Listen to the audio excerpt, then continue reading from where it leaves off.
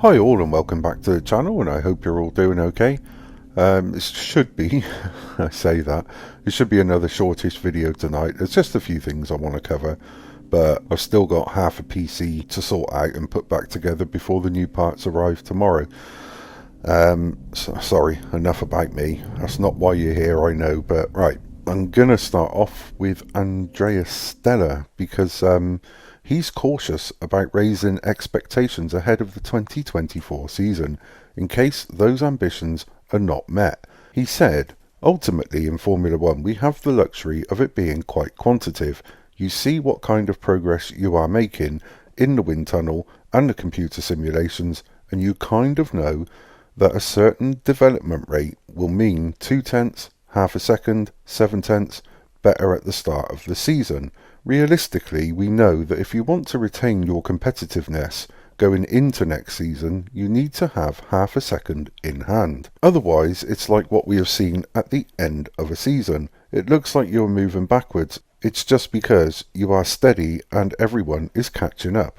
So we will first of all look at the data. We already know pretty much this data, which I won't comment on, and then based on that, we will position the entire team internally and externally. We don't have to create false expectations because then reality comes to you in a violent way, and we don't want to find ourselves in this position. At the same time, we don't want to downplay too much and then find we weren't ready to fight at the front and we didn't make a good decision because of that. So just to stick with the data, be realistic, be honest, that's our philosophy.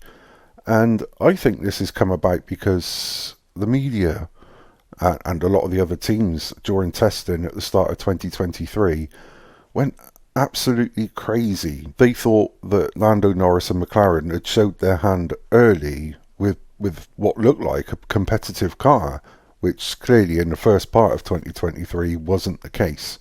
And then I want to chat about George Russell because he insists Mercedes are working on their huge differences in qualifying times. Russell and Hamilton would often qualify far apart from each other, often hampering their performances in the subsequent Grand Prix. Russell said, "It's definitely something we have noticed. Lewis and I, over the course of the year, I don't think we've ever been at the same pace. Over the last few years, our qualifying record is almost the same. But it's either one driver is 6/10 ahead of the other, so it's something we're trying to understand. I think often, when you're slightly on the back foot as a driver, you are chasing to close that gap. Sometimes in doing so, you take a step backwards rather than actually close the gap naturally. It's something I'm trying to figure out myself, and I'm sure he, Lewis Hamilton, is trying to figure out as well." And I find this interesting because when I think back to, again, another story that gets me thinking. I think back to 2020 when George stepped in for Lewis. What he did with that car, having never driven it before, was just phenomenal. I was absolutely blown away by his performance. I mean, he suffered a tyre cock-up with the team at a pit stop. Then he had a puncture, but wow, he didn't even fit in the car. It was just phenomenal. And then you see him in this year's Mercedes and last year's Mercedes, and yes, he's not been too bad.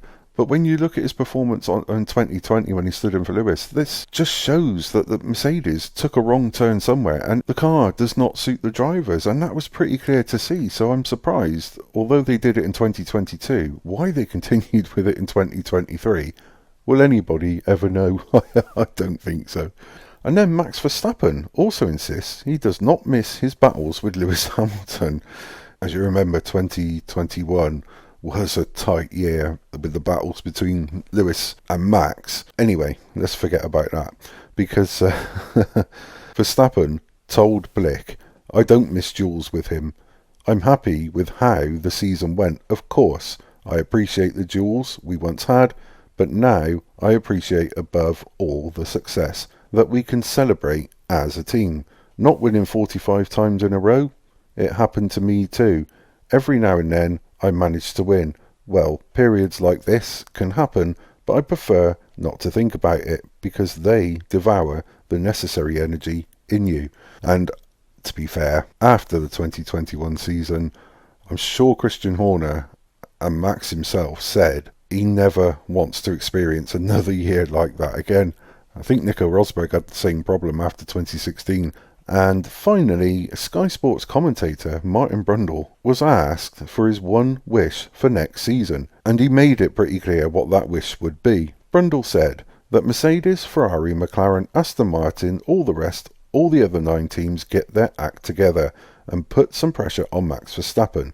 They'll be closer. I think we saw it through the season. When the regulations are static, it always happens. So let's hope so. But you know the next big regulation changes in 2026, so it's not out of the question that Red Bull could dominate this phase, including 24 and 25. But it's up to the other teams to stop them. And he's quite right with that. It is up to the other teams. So let's hope he's right. Let's hope the teams listen to what Martin had to say and do up their game for 2024, or at least 2025. Something's got to change. I'm really looking forward to testing and certainly the first few races of 2024. But for now, because I've got to get on again and stop waffling and boring people. But if you do like what I do, please like and subscribe, and also press the notification bell so that you get those all-important warnings of my future uploads.